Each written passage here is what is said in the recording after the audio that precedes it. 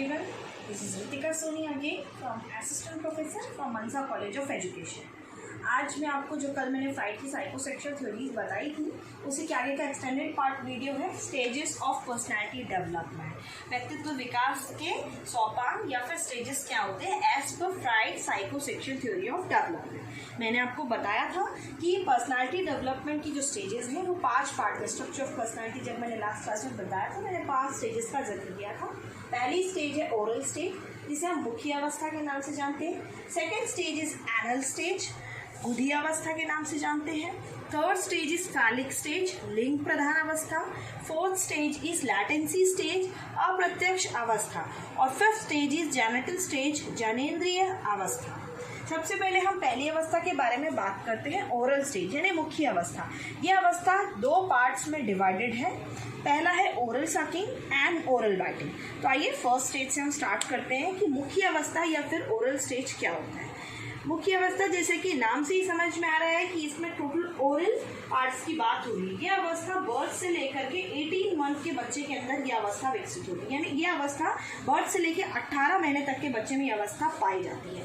ये 2 पार्ट में डिवाइडेड है। पहला पार्ट है ओरल सकिंग जिसे हम कहते हैं मुख चूसन, और दूसरा होता है ओरल बाइटिंग जिसे हम कहते हैं मुख के द्वारा काटना। ये 2 प्रकार की क्रियाएं करके बच्चा सेल्फ को सेटिस्फाई करता है या फिर उसकी पर्सनैलिटी का स्टार्टिंग पार्ट डेवलप होना चालू होता है। सबसे पहले अगर हम बात करें ओरल सकिंग की तो मुख चूसन ये बर्थ से लेकर के 8 मंथ तक के बच्चे के अंदर ये पाया जाता है। आप देखेंगे कि बर्थ से लेकर के जो 8 महीने तक का बच्चा होता है उसे हर चीज़ को वो मुंह में डाल करके उसको आइडेंटिफाई यानी उसका जो चीज़ों को पहचानने का या उनके साथ अपना एक अंतर्क्रिया करने का तरीका होता है वो टोटल वो हर चीज़ को अपने मुंह से महसूस करना चाहता है। सेटिस्फेक्शन मिलता है किसी भी चीज़ को अपने मुंह में लेकर, अपने जीभ में, अपने लिप से चूस कर सक कर वो उन चीज़ों को पहचानना चाहता है, आइडेंटिफाई करना चाहता है, इससे उनको सेटिस्फेक्शन मिलता है। ठीक है, यहाँ पे उनकी पर्सनैलिटी का सबसे ज़्यादा भाग उनके ईद को अफेक्ट करता है, यानी इस अवस्था में उनका व्यक्तित्व पूर्णतः ईद से प्रभावित होता है, यानी उनको सुख की अनुभूति टोटली उनके ईद से मिलती है।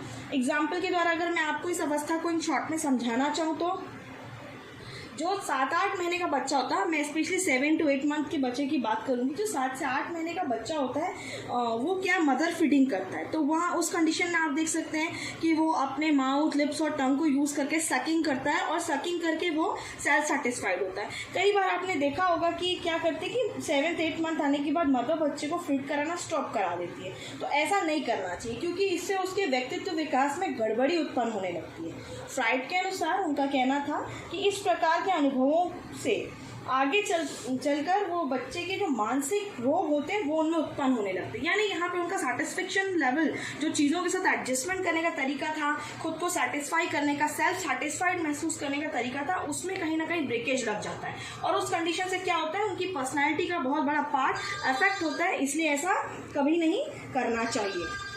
इस अवस्था के अंत तक, ये स्टेज के एंड तक, यानी बच्चा जब बर्थ से 8 महीने का होने लगता है तो 8 महीने के स्टेज में पहुंचते पहुंचते तक उसके अंदर क्या विकसित होने लग जाता है, ईद। उसके अंदर हर चीज़ को पाने की जो तीव्र इच्छा। 8 महीने तक का बच्चा बेसिकली आप देखेंगे 0 to 6 मंथ का बच्चा हर चीज़ों को सिर्फ देखता है और सारी चीज़ों को देखने के बाद वो उसे जस्ट सकिंग करने के लिए अपने पास लेकर, क्योंकि उसका जो एडजस्टमेंट होता है, उसका जो चीज़ों को समझने का तरीका होता है, एवरीथिंग, वो सारा उसको सेंसेशन सिर्फ उसके माउथ, टंग और लिप से मिलता है। तो सारी चीज़ों को वो मुंह में लेकर समझना चाहता है।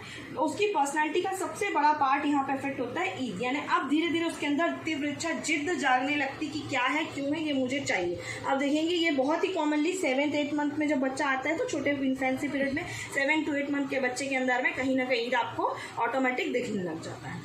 इसी मुख्य अवस्था का दूसरा पार्ट जो है वो है ओरल बाइटिंग।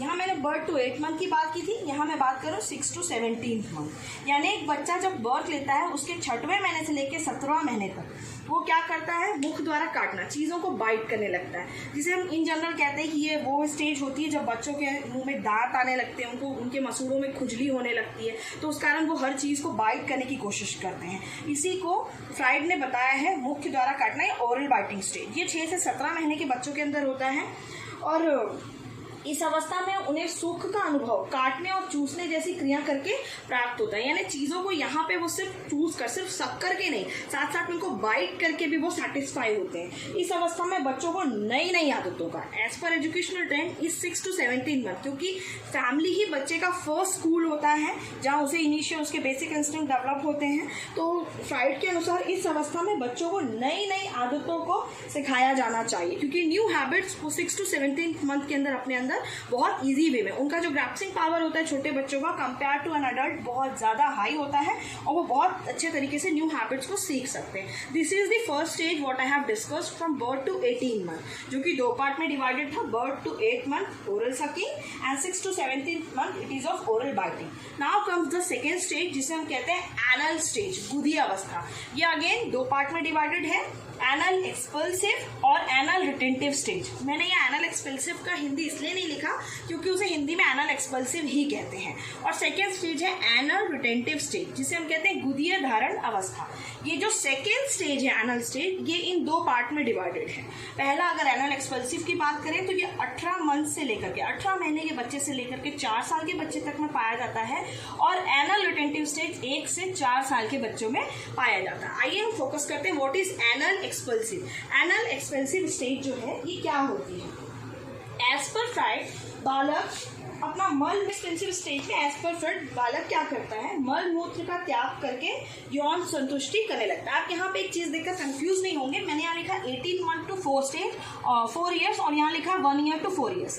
फ्रेंड्स ये गलत नहीं है, एक्चुअली ये दोनों जैसे ही बच्चा 18 मंथ से 1 year में जंप करता है 1 to 4th year, ये जो आपके एनल स्टेज की मेन वर्किंग एज होती है ये 18 महीने से 4 साल तक के बच्चे के अंदर होती है, 18 months to 4 years तक के बच्चे के अंदर होती है, और ये 2 पार्ट में डिवाइडेड है। जैसे ही बच्चा 1 साल का होता है उसके बाद 1 साल से लेकर के 4 साल तक ये दोनों ही अवस्थाएं एक साथ बच्चे के अंदर चलने लगती है। So let's discuss about anal impulsive. तो मैं यहाँ बता रही थी कि एनल एक्सपेंसिव में फ्राइड क्या मानती है कि बालक मल मूत्र का त्याग करके यौन संतुष्टि प्राप्त करता है। इस प्रकार नाराजगी व्यक्त करने के लिए भी लगभग इन्हीं प्रकार की क्रियाएं करता है। आप देखेंगे जैसे छोटे बच्चे हैं, उन्हें जब 18 to 4 years के आप बच्चों को देखें तो 18 महीने के जब आप बच्चे की बात करें लगभग 1 साल, तो वो जब जिद में आ जाते हैं, जब उनको लगता है कि उनकी कोई जिद पूरी नहीं हो रही, उनका ईगो सेटिस्फाई नहीं हो रहा है, उनका ईद सेटिस्फाई नहीं हो रहा, व्हाट दे स्टार्ट वो तुरंत यूरिनेट कर देते हैं अपना गुस्सा जताने के लिए। तो ये इसका एक सिम्टम्स है कि स्टेज में वो अपने आप को सेटिस्फाइड या फिर अपने जो भी नाराजगी है उनको बताने के लिए वो इस तरीके की हरकतें करते हैं। इस अवस्था में ईगो काफ़ी विकसित हो जाता है। मैंने आपको 3 पार्ट बताए थे पर्सनैलिटी के, ईगो और सुपर ईगो। तो जब तक फ्रेंड्स वो ओरल स्टेज में रहता है तो उसका ईग वर्क करता है, लेकिन जैसे ही बच्चा एनल स्टेज में आता है यहाँ उसका ईगो विकसित होना चालू हो जाता है, यानी यहाँ वो रियलिटी को समझने लगता है 1 से 4 साल तक का बच्चा, लेकिन उसके बाद भी उन चीज़ों को पाने के लस्ट वो ज़बरदस्ती जिद करके दिखाता है। यहाँ नेक्स्ट मैं स्टेज की बात करूंगी एनल रिटेंटिव स्टेज, गुदीय धारण अवस्था, जो कि 1 से 4 साल तक के बच्चे के अंदर पाई जाती है। यहाँ पे आप देखेंगे फ्रेंड्स कि इन दोनों कंडीशंस में एक बेसिक डिफरेंस है कि यहाँ बच्चा मलमूत्र त्याग करके अपना गुस्सा जताता है या उसको सेटिस्फेक्शन मिलता है, लेकिन एनल रिटेंटिव स्टेज में जैसे ही बच्चा 1.5 साल करीब का होता है तो आप देखेंगे यहाँ वो समाज के कांटेक्ट में आता है, और कांटेक्ट में आने के बाद कुछ चीज़ों को वो अपने अंदर दबाने लगता है, यानी यहाँ उसका ईगो वर्क करने लगता है। वो रियलिटी को भी जान रहा है कि अगर उसने यूरिनेट कर दिया इस तरीके की पब्लिक प्लेस में तो लोग उसके लिए मजाक उड़ाएंगे या उसको अफेक्ट करेंगे। तो यहाँ ये रिवर्स हो जाता है। यहाँ आप क्या करते हैं कि बच्चे मलमूत्र रोकने में आनंद महसूस करने लगते हैं, लेकिन जब कभी ऐसी कंडीशन आती है कि वो अपने मलमूत्र को रोक नहीं पाते, असमर्थ हो जाते हैं, तो वह स्वयं तथा समाज में बेइज्जती महसूस करने लगते हैं। वो बहुत ज़्यादा उनको इंसल्टिव फील होने लगता है कि वो अपने आप को कंट्रोल नहीं कर पाए। This is anal retentive stage. Now let's talk about third stage, that is phallic stage, लिंग प्रधान अवस्था। ये 3 से 7 साल के बच्चों के अंदर होती है। आप यहाँ एक चीज़ कॉमनली देखेंगे 18 months to 4 years annual stage होती है, लेकिन जैसे ही बच्चा 3rd स्टेज में आता है ये दोनों stage commonly for 1 year work करती है, क्योंकि ये 3 साल से है, यानी 3, 4, 5, 6, 7 4 साल तक लिंग प्रधान अवस्था होती है। इस अवस्था में क्या होता है, बच्चे अपने लिंग का अंतर पहचानने लगते हैं।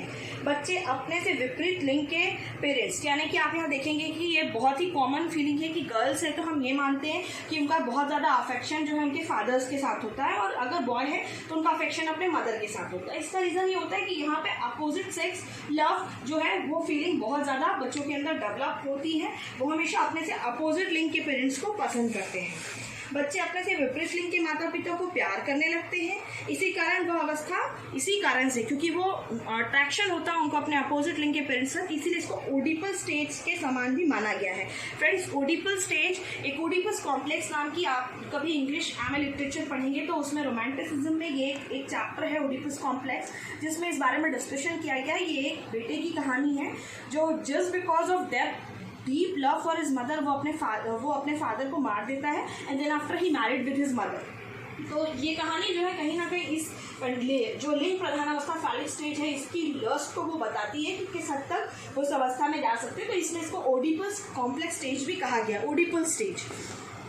बच्चों का प्यार माता पिता दोनों से रहता है, बट अपोजिट सेक्स से वो ज़्यादा पसंद करते हैं।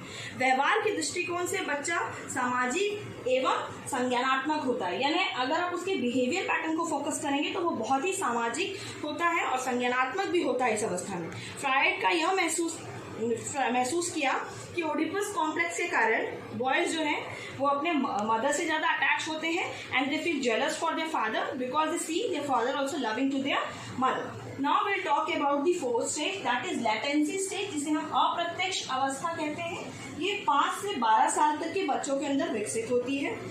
इस अवस्था में क्या होता है कि जो एमिटरी ऑर्गन्स होते हैं वो बहुत शांत, एमिटरी मीन्स जो आपकी काम क्रियाएं होती हैं वो प्रायः शांत रहती हैं, जिसका मुख्य कारण सामाजिक भय होता है, यानी कि कहीं ना कहीं अपनी काम क्रियाओं को व्यक्ति यहाँ कंट्रोल करके रखता है, वो बच्चा अपने आप में कंट्रोल करके रखता है just because of social fear है। समाज, अब 5 से 12 साल का बच्चा है तो 5 साल में उसकी जो फैमिली, आप देखेंगे जब इन्फेंसी पीरियड में बच्चा रहता है तो यहाँ तक जब आप 4 साल, आप देखेंगे 2.5 से 3 साल का बच्चा धीरे धीरे बाहर कांटेक्ट में आने लगता है, और आप जब 5 से 12 साल के बच्चे को देखें तो उसका फ्रेंड सर्कल, उसकी पूरी दुनिया सिर्फ उसकी फैमिली नहीं रह जाती, बल्कि वो बाहर निकल के अपने फ्रेंड से इंटरेक्ट करता है, स्कूल में फ्रेंड से मिलता है, टीचर से मिलता है, लोगों के साथ उसका सोशल इंटरेक्शन कॉन्टैक्ट बढ़ता चला जाता है। इसलिए इस अवस्था में वो क्या करते हैं, अपनी एमिटरी ऑर्गन्स को, काम क्रियाओं को वो जो है यहाँ पे शांत रखते हैं सामाजिक भय के कारण। उसकी रुचि बाह्य वस्तुओं में बढ़ने लगती है, क्योंकि वो तुरंत सोसाइटी के कांटेक्ट में आया हुआ बच्चा रहता है, तो उसमें क्या होता है कि उनकी सारी इंटरेस्ट बाहर की वस्तुओं में बढ़ने लगती है। साथियों के साथ खेलना, झगड़ा करना, इन सारी चीज़ों में उनको मज़ा आने लगता है। और अब यहाँ पे एक और बहुत बड़ा म्यूचुअल चेंज होता है कि यहाँ पे उनका जो यहाँ पे अपोजिट सेक्स इंट्रैक्शन था बॉय का मदर के साथ और गर्ल चाइल्ड का अपने फादर के साथ, वो एक रिस्पेक्टफुल सिटीजन में डेवलप, एक रिस्पेक्ट में बदल जाता है। यानी 5 से 12 साल का बच्चा अब उसी फीलिंग को एज अ रिस्पेक्ट लेने लगता है अपने पेरेंट्स के लिए। Then 5th stage, that is genital stage, जिसको हम जनेंद्रिय अवस्था कहते हैं। ये 12 से 20 साल के बच्चे पे होती है, यानी आप देखेंगे ये वयस्क का एडोलसेंस पीरियड में बढ़ रहा है आगे। गर्ल्स और बॉयज अपने गुप्तांगों को ज्ञानेंद्रियों के रूप में देखने लगते हैं, यानी सेक्स ऑर्गन्स के रूप में वो अपने जो हार्डिंग ऑर्गन्स हैं उनको पहचानने लगते हैं। सेक्सुअलिटी की अवस्था को यहाँ पर जागरूक हो जाती है। इस अवस्था में बच्चे कहानी सुनना, मनगढ़ंत कहानियों को सुनना, दीवार स्वप्न देखना, होमोसेक्सुअलिटी जैसे कृत्य करने लगते हैं, यानी यहाँ पे वो अपनी टोटल डे ड्रीमिंग वाली स्टेज में चले जाते हैं। यहाँ उनको सेटिस्फेक्शन, कुछ चीज़ों के इमेजिनेशन करने के बाद वो उन इमेजिनेशंस में खुद को सेटिस्फैक्शन देने का प्रयास करते हैं। इस तरीके से हमारी personality right from the birth to 20 years in 5 stages में डिवाइड होकर के हमारी पर्सनैलिटी का डेवलपमेंट होता है। इसलिए फ्राइड का ये मानना है कि कभी भी इनिशियल स्टेज में बच्चों को सप्रेस नहीं करना चाहिए, रोकना नहीं चाहिए, क्योंकि ऐसा करने से उनकी पर्सनैलिटी पूर्णतः विकसित नहीं हो पाती, वो खुद को पहचान नहीं पाते और कहीं ना कहीं स्टार्टिंग से ही खुद को सप्रेस करने लगते हैं, और सप्रेस कर लेने के कारण वो उभर कर उनकी पर्सनैलिटी एक्चुअली जैसे डेवलप होनी चाहिए वो नहीं होकर के आ सकती। नहीं आ पाती है। अब अगर मैं इन शॉर्ट फ्राइड की साइकोसेक्सुअल थ्योरी का as per is principles and as per stages conclusion लिखो तो हम सिंपल एक स्टेज से हम इसका कंक्लूजन दे सकते हैं। दैट इज हम ये कह सकते हैं कि जो भी व्यक्ति का बिहेवियर यानी जो भी उसका बिहेवियर व्यवहार है वो बिहेवियर है टोटल फंक्शन, हम इस तरीके की इक्वेशन से बता सकते हैं, function of life into death. L means life, D means death and F is functions। मतलब अपने पूरे लाइफ इंस्टेंट में मूलभूत प्रवृत्तियां उसके जीवन की स्टार्टिंग प्रारंभ बर्थ से लेकर के मृत्यु तक वो जिस प्रकार की मूलभूत इकाइयों का एकत्रीकरण करता है, जिस प्रकार का फंक्शन व्यवहार वो करता है, कार्य वो करता है, उन कार्य के आधार पर ही किसी बालक का व्यवहार परिवर्तित होता है या व्यवहार विकसित होता है और वो व्यवहार बहुत बड़ा इंपॉर्टेंट फैक्टर होता है, इंपॉर्टेंट फैक्टर ऑफ पर्सनैलिटी। वो हमारे पर्सनैलिटी का एक बहुत बड़ा इंपॉर्टेंट फैक्टर है। This is what actually Freud want to explain through the psychosexual theory of development. आज की क्लास यहीं खत्म होती है। अगर आपको मेरा वीडियो पसंद आया तो लाइक शेयर एंड सब्सक्राइब जरूर करें। Thank you.